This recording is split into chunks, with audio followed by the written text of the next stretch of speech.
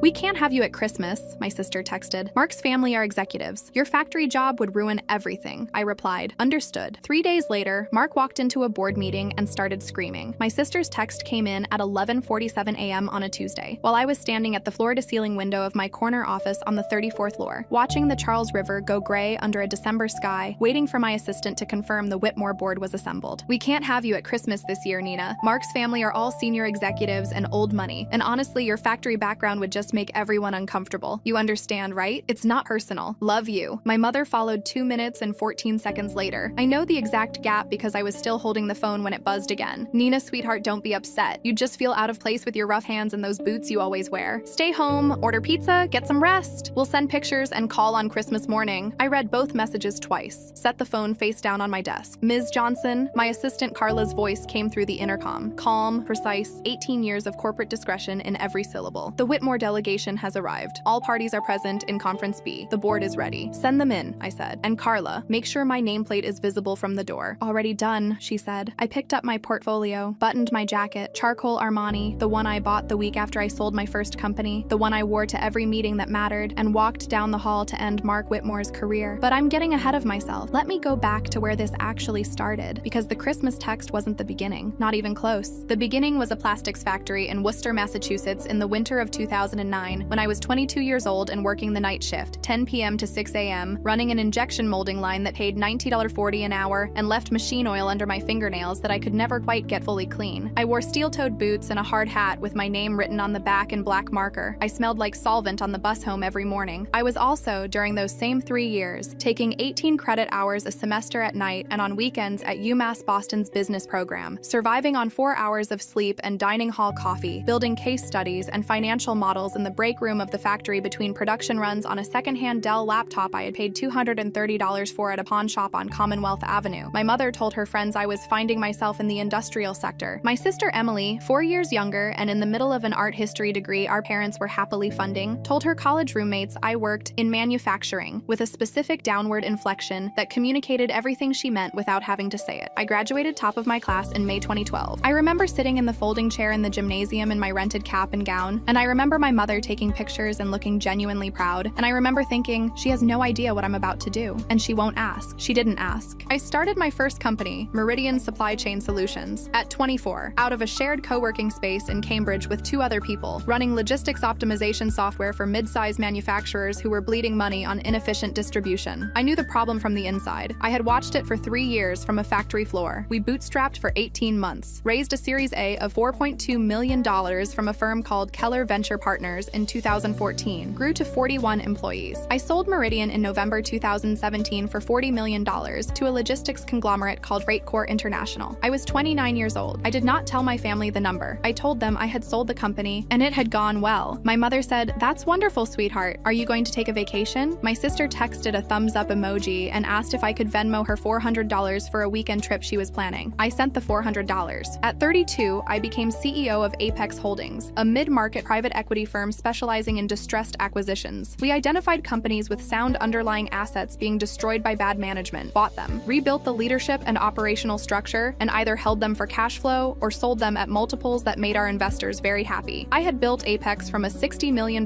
fund to just over $900 million in assets under management in 4 years. My family did not know any of this, not because I hid it. I had stopped explaining myself to people who didn't ask, which is a different thing. My mother called on my birthday and Christmas, and occasionally when she needed help navigating her insurance portal. Emily called when she needed money, which was more often than I will describe here, and when she wanted an audience for the ongoing drama of her personal life, which was extensive. They knew I worked in business and investments, and they had long ago decided this was my version of still being near the factory, respectable enough to mention, unimpressive enough to dismiss. I let them. It was easier than the conversation that would follow if I didn't. I had a life that I was genuinely proud of. I had work that I found meaningful. I had people around me, colleagues, a small circle of real friends, a therapist named Dr. Renata Sorrell, who I'd been seeing for 6 years and who once told me, with characteristic directness, "Nina, you have built an extraordinary life inside a family that has decided, for their own psychological convenience, to not notice. At some point, you'll have to decide whether to correct them or release them." I was still deciding. Then Emily met Mark Whitmore. She called me in February of last year, vibrating with a particular frequency I recognized, the one that meant a man had entered the picture who checked specific boxes she had been compiling since approximately age 16. Old money, connected family, the kind of last name that opened certain doors. She'd met him at a charity gala in Boston. He was VP of operations at his father's shipping company, Whitmore Logistics, which had been a Boston institution since 1987. She described him as sophisticated and worldly, and the kind of man who actually knows which fork to use. I said the things a sister says. I was happy for her. I meant it. I did not know his last name for the first 3 months she was dating him, because Emily had a habit of referring to everyone in her life by first name only, as though last names were a formality for people without social radar. By May, I knew his last name. By May, so did my entire acquisition team, for entirely unrelated reasons. Whitmore Logistics had been on our radar since January. One of my senior analysts, a 34-year-old named Daniel Park, who had the specific gift of finding value in chaos, had flagged it as a potential target in the first week of the year. The company had $340 million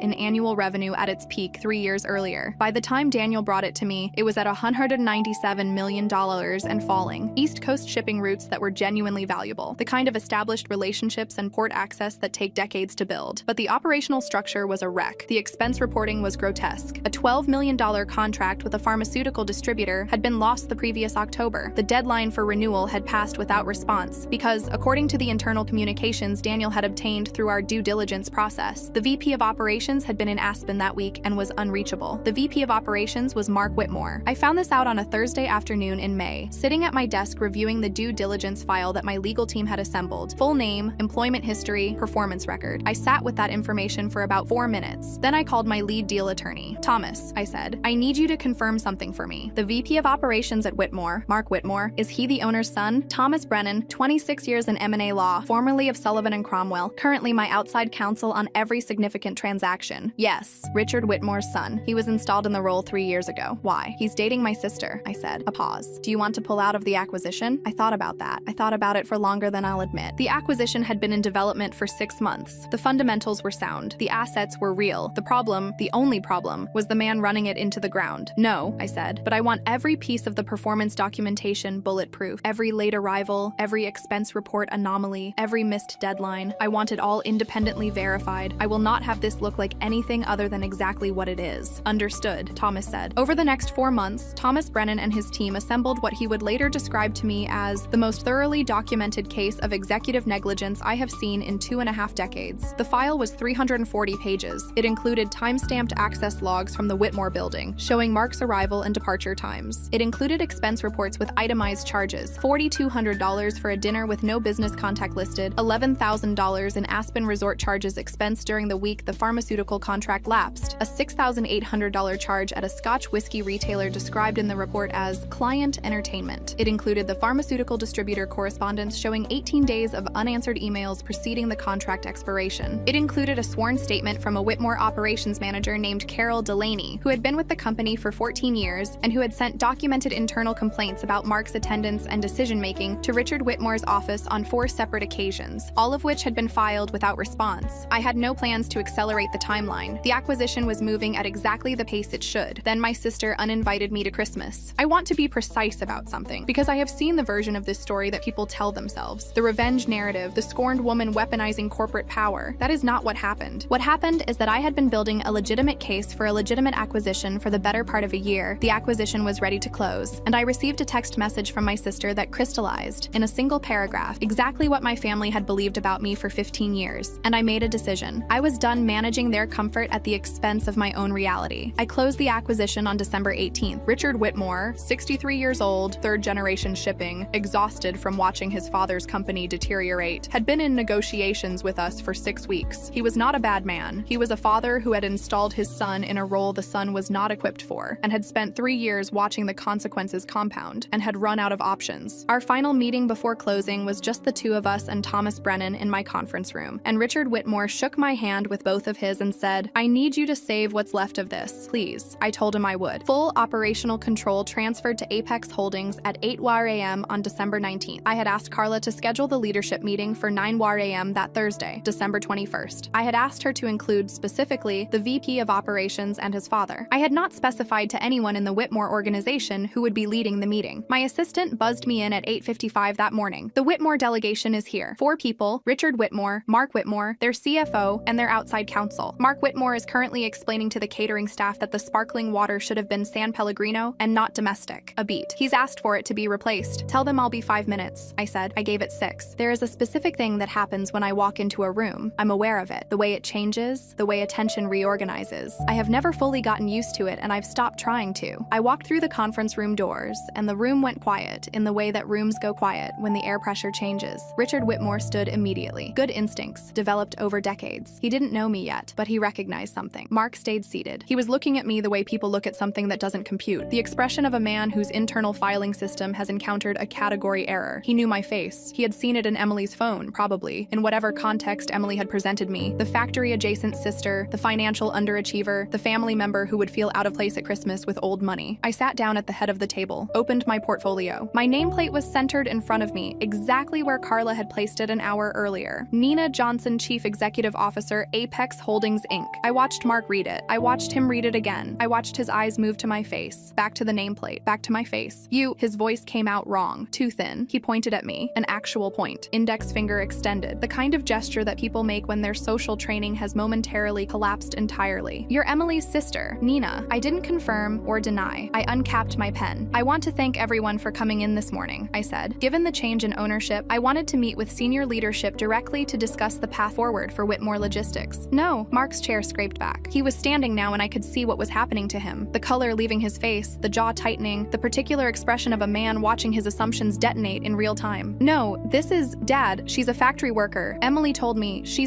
can't be. She's the CEO, Mark, Richard Whitmore said quietly. He was still looking at the table. Sit down. Mark did not sit down. This is a setup, he said. His voice had climbed. I watched the CFO and the outside counsel exchange a look that they immediately suppressed. This is insane. She's doing this because of Christmas. She bought our company because Emily didn't invite her to Christmas dinner. I let that sit in the room for a moment. You vastly overestimate your own importance, I said. I kept my voice level. Not cold, level. The kind of calm that isn't performed, that just is. I don't allocate hundreds of millions of dollars based on holiday dinner guest lists. I opened the audit file. 340 pages, tabbed and indexed, one copy for each party. I slid them down the table. But since the topic of your employment has come up, let's discuss Aspen. October 14th through 21st of last year. The pharmaceutical distribution contract, $12 million annual renewal, deadline October 17th. Your office received 18 emails in the 11 days before the deadline, all unanswered. The contract lapsed. The client signed with a competitor. Mark's face was doing something I didn't have a name for. Tab 4, I said. Your expense reports from the past 36 months. The $11,000 Aspen resort charges, same week as the lapsed contract. Tab 6, building access logs. Your average arrival time over the past year was 10:42 a.m. Your average departure was 3:17 p.m. I paused. Tab 9 is a compilation of 4 internal complaints filed with your father's office by Carol Delaney, your operations manager, over a period of 14 months, all documented, all unaddressed. Richard Whitmore had not moved. He was looking at the file with the expression of a man reading something he had always known and spent years not reading. As part of the acquisition agreement, I said, Richard Whitmore transferred full operational authority to Apex Holdings at 8 a.m. this morning. In my capacity as CEO and new operational authority, I am eliminating the VP of Operations position, effective immediately. The termination is without severance, per the performance clauses in the employment contract, which your outside counsel will find referenced at tab 12. You cannot do this, Mark said. His voice was almost unrecognizable now, the sophisticated old money register completely gone, replaced with something raw and young and frightened. You cannot do this to me. I will sue you. I will bury you. Emily will never forgive you for this, you hear me? Your mother will never speak to you again. You are dead to this family. Mark, his father said. Mark's palms hit the table. The sound was flat and hard. She's doing this because she's jealous, he shouted. Because Emily found something real, and she has nothing, and she is a pathetic, washed-up factory worker who got lucky. Security, I said. The doors opened. 3 guards, calm, efficient. The particular professionalism of people who have done this enough times that it no longer registers as dramatic to them. Mark looked at the doors, looked at me, looked at his father. Richard Whitmore did not look up from the table. Your personal items will need to be cleared within 30 minutes, I said. Someone from facilities will supervise. Building access ends at 10 a.m. Dad, Mark's voice broke on the word, a sound I almost didn't expect. Dad, tell her. Tell her she can't. She can, Richard Whitmore said. He still hadn't looked up. She already did. They walked Mark out through the glass doors. He was still talking, to the guards, to the hallway, to no one. And then the doors closed and the sound stopped and the room exhaled. The CFO and the outside counsel were looking at their files with the focused attention of people who are desperately grateful to have something to look at. I turned to Richard Whitmore. Now, I said, clicking my pen, let's discuss the fleet restructuring. I think we can recover the Northeast routes inside of 18 months if we move on the staffing changes by Q1. He looked up. His eyes were red at the edges, but his expression had settled into something I recognized. The particular clarity of a man who has been carrying something heavy for a long time and has finally put it down. down. Yes, he said. He pulled out his own pen. Where do you want to start? We worked for 3 hours and 11 minutes. His institutional knowledge of the company was deep and detailed and completely wasted under the structure he'd been operating in. By noon, we had a preliminary restructuring framework that Thomas Brennan would spend the next 2 weeks converting into binding operational documents. I walked Richard Whitmore to the elevator at 12:23 p.m. He stopped at the doors and turned to me. She really didn't tell you, he said. It wasn't quite a question. Emily? No, she doesn't know what I do. He processed that. How is that possible? She never asked, I said. He was quiet for a moment. Then he said, my son is, he isn't. What you saw today isn't entirely who he is. He stopped, tried again. He was given too much too soon, and I let it happen, and I have to live with that. I know, I said. That's not my problem to solve, but the company is, and I will. He nodded. The elevator came. I walked back to my office, sat down in my chair, and looked out at the river for about 90 seconds. Then my phone lit up. Incoming call, Emily. I let it ring twice. The particular space of 2 rings is interesting. Long enough to be noticed, short enough to not be a statement. I picked up and hit speaker. Her first sound wasn't a word. It was the sound of someone who has been holding something together with their hands and has just felt it give way. Not a cry, not a scream, something between the two, something that took up the full first 3 seconds of the call. Nina. Her voice was shaking in a way I had never heard from her, not once in 35 years of being her sister. What did you do? What did you do? I didn't answer immediately. He called me from the parking lot, she said. He said you fired him. He said you bought the company and you fired him and had him escorted out by security. He said, her voice fractured. He said you did it because of Christmas. Emily, did you? Did you do this because of Christmas? No, I said. I've been acquiring Whitmore Logistics for 6 months. Mark was removed because he lost a $12 million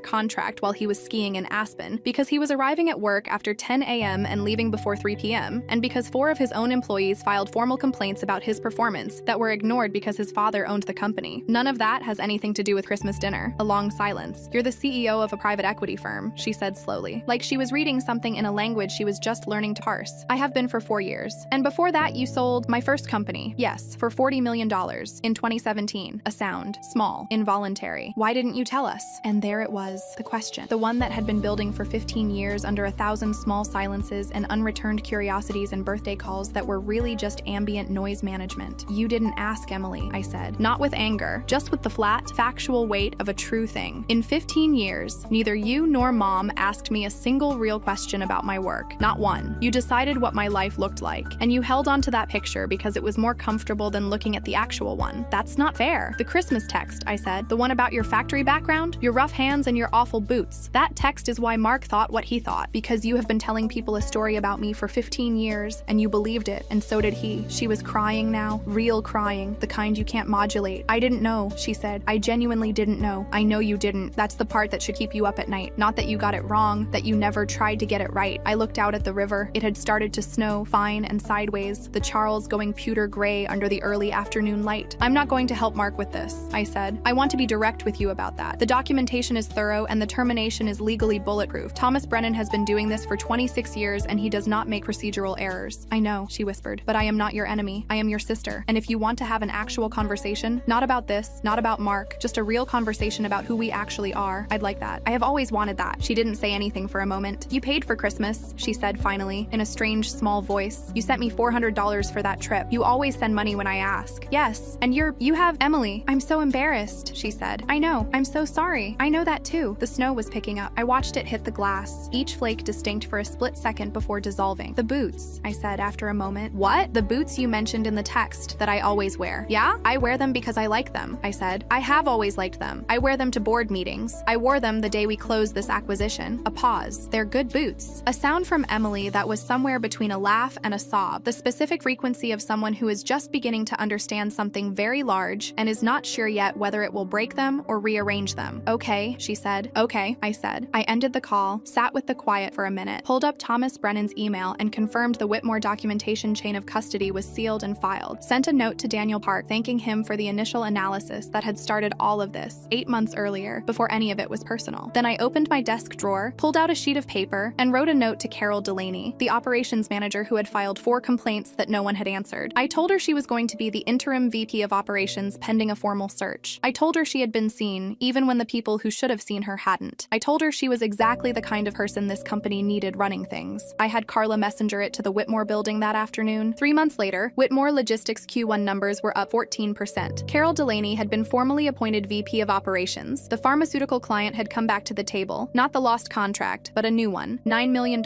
with a renewal clause. My mother called me in January. January. Not on my birthday, which wasn't for months, just called. A Tuesday. I almost didn't recognize the register of it. Not a need, not an occasion, just a call. I talked to Emily, she said. She told me things. About your work. About everything. Okay, I said. I didn't know, Nina. I want you to know that She stopped. I told myself a story about you, and I kept telling it, and I never checked whether it was true. That was wrong of me. That was a terrible thing to do to you. I sat with that. Thank you for saying that, I said. Can I ask you now? She said. Can I ask you about your work? What you actually do? I'd like to understand. Yes, I said. I'd like that. We talked for 2 hours. She asked good questions. Better than I expected, actually. She had always been smart, my mother, in ways that had gotten buried under the specific anxieties of status and belonging that had defined her social world for 30 years. Underneath all of that was a woman who was genuinely curious. I had always known that. I had just forgotten it was still there. Emily and Mark did not recover. I don't say that with satisfaction. There's nothing satisfying about watching someone's relationship end, not even a relationship you have complicated feelings about. But Emily called me in February, steady and clear in a way I hadn't heard from her in years, and said, I think I was in love with a version of him that didn't exist. I think I built him the same way Mom and I built you, out of what I wanted to see instead of what was there. That's a hard thing to figure out, I said. I know, she said. Thank you for not protecting me from it. I got to Boston for Easter. My mother made a ham. Emily came. We sat at the kitchen table for 5 hours and talked about things we had never talked about. It wasn't healed, not all of it, maybe not even most of it, but it was real. For the first time in a long time, we were in the same room without performing a version of each other. My mother asked, toward the end of the night, why I had never corrected them earlier. Why I had let the story persist for so long. I thought about that. Because I kept hoping you'd ask, I said. And every time you didn't, I told myself it didn't matter. And eventually I built a life that was so complete that I genuinely stopped needing you to. And then you sent that Christmas text and I realized the problem wasn't that I needed you to see me. It was that I was still making myself invisible so you wouldn't have to. My mother looked at me for a long moment. The boots, she said quietly. The boots. You wore them today. I wear them everywhere, I said. They're good boots. She laughed, really laughed, and I laughed too. And outside the kitchen window, Boston was finally thawing, the last of the winter going soft and gray at the edges, the way things do when they're done holding on. I drove home that night with the windows down despite the cold, and I thought about Carol Delaney's latest operations report, 12 pages, precise and confident, the work of someone who had been waiting a long time to be handed the wheel. I thought about my grandmother's kitchen table and my $230 pawn shop laptop and the 6 a.m. bus home smelling like solvent. I thought about a man in a parking lot outside a Boston boardroom calling his fiancée to report that a factory worker had just ended his career. I thought about all the doors I had opened by being exactly what I was. The boots were, in fact, very good boots.